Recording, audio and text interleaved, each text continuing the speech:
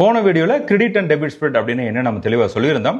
இதோட video master series 1 அப்படின்னு நம்ம இன்ஸ்டாகிராம் சேனலில் இருக்கு. அங்கே நீங்கள் போய் செக் பண்ணி பார்க்கலாம். இது போக நீங்கள் நோட்டிஃபிகேஷன் ஆன் பண்ணுறது மூலியமாக நம்ம எப்பெல்லாம் வீடியோ போஸ்ட் பண்ணுறோமோ இன்ஸ்டன்ட்டாக உங்களுக்கு அந்த வீடியோஸ் வந்து சேரும்.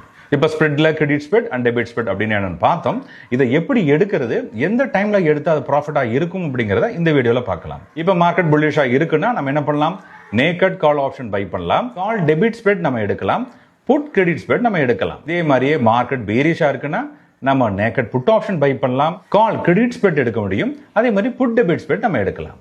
எப்போ நீங்க டெபிட் ஸ்ப்ரெட் கிரியேட் பண்ணணும், எப்போ கிரெடிட் ஸ்ப்ரெட் கிரியேட் பண்ணணும் அப்படிங்கிறதுல சில வித்தியாசங்கள் இருக்கு.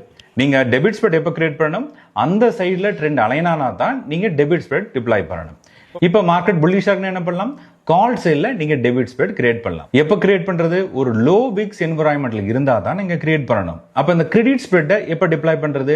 விக்ஸ் ஹை இருக்கோ அப்போ நீங்க கிரெடிட் ஸ்ப்ரெட் டிப்ளாய் பண்ணணும்.